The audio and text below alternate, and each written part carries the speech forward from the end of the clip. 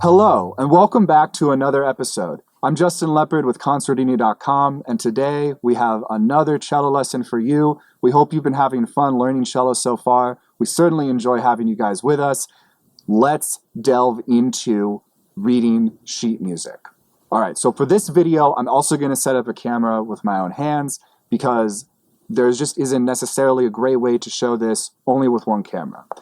But here's what I'm going to teach you guys to get started with reading, and it's going to be very, very simple because more complicated things will probably require scales and practicing a particular piece of repertoire to really hammer down. But what I want to start imparting is a way to visually reference what you see on the page to what you see on the cello. So first of all, cellists will primarily read in bass clef, although as you advance, you will also end up reading in tenor and treble clef. And the reason, sometimes the bass clef is called the F clef, and the reason is that the two little dots surround the note F. So just a fun fact, sometimes in older times, we would have the same shape, but it would be at a different line, on a different line of the staff.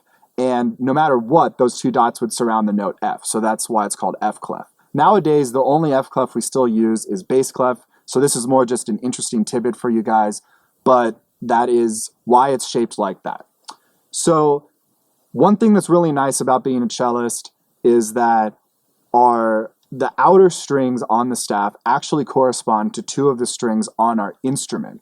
So this is where you can start creating a very strong visual reference, almost as if you imagine, if you're looking at the staff in front of you, if instead you had it superimposed here, then the top line of the staff is the A string, and the bottom line is the G string, and the middle line of the 5 is the middle note of D.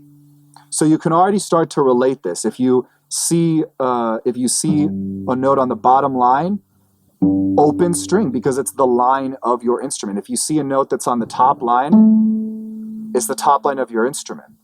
If you see a note on one of the in-between lines, well, this is where it starts to get a little bit trickier because all that means is that there's going to be a middle note somewhere in your basic hand position. But knowing which one will require that we start working on some scales together. So that's not what I really want to start on today.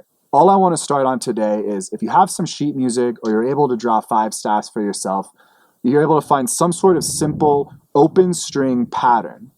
Just try to start relating the lines that you see on the staff to the lines you see on the cello. So some very beginner exercises might be to do 4 notes on each string. And you can even start by just plucking. So you would start.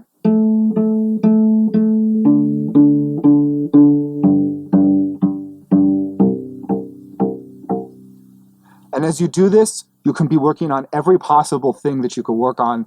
Sound, how in time you are. Think about where you're plucking the string. All of these little nuances come into play. So don't think that just because this is a relatively simple exercise in terms of all the possible black you could see on a page, that this isn't going to be helping a lot with your musicianship. And also is not going to help you with, it also is going to help you, that is, with sight reading anything. Because as you keep going, you need to start being able to relate the fact that if you see a dot in between the bottom staff and the middle line, the bottom line and the middle line of the staff, then that note is going to be on the G string. If you see a note in between the middle line and the top line of the staff, that note is going to be on the D string. If you see a note that's above the staff, it is going to be on the A string. And if you see something below the lowest line, that's going to be on the C string. So these things are the most important things to start knowing. Try finding some exercises, some basic look up open string cello exercises. We'll try to link to some below. And just start practicing some different rhythmic patterns on the strings. Actually, just start with the open strings. For rhythmic patterns, I will quickly go over what the different note values are. So for the most part, we'll be thinking in terms of 4/4 meter. And if you know nothing about music, meter is basically how many beats there are per measure. So if you're in 4/4, The lower 4 just means that it's a quarter note pulse.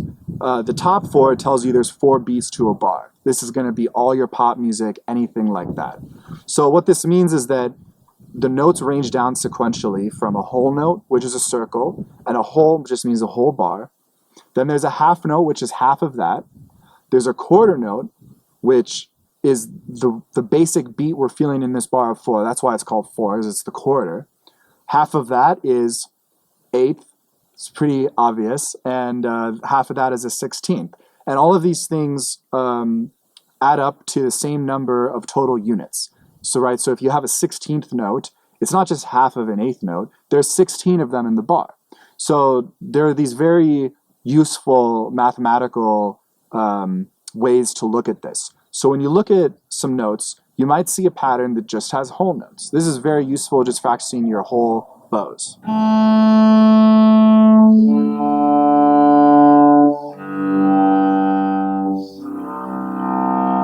And depending on the tempo, you might not use the whole bow. So it is good to try to practice in a way where you get to use the whole bow, practice the whole range of motion too. Then you might move on to a pattern that's quarter note based.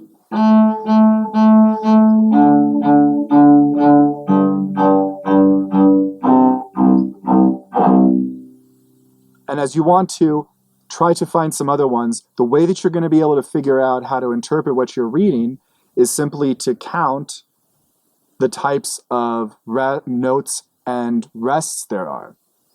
So this is why getting some simple exercises, looking up, double checking rather what the note values are and the rest values are, and then first singing it to yourself, and then you'll be able to know what it should sound like in order to practice playing it. For some of these faster rhythms, you're going to have to be doing quite quick bow changes.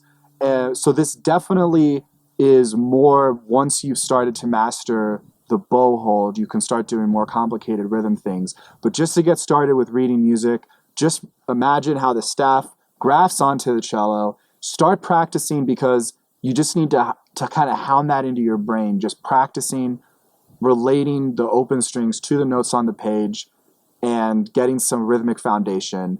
We're going to talk more about scales, all things music, all things cello in more videos. For now, I'm Justin Leppard. You can see my videos at Justin Leppard Cello. I've been working with Consordini.com. We're very thankful that you watched this video, and we look forward to seeing you in the next cello lesson.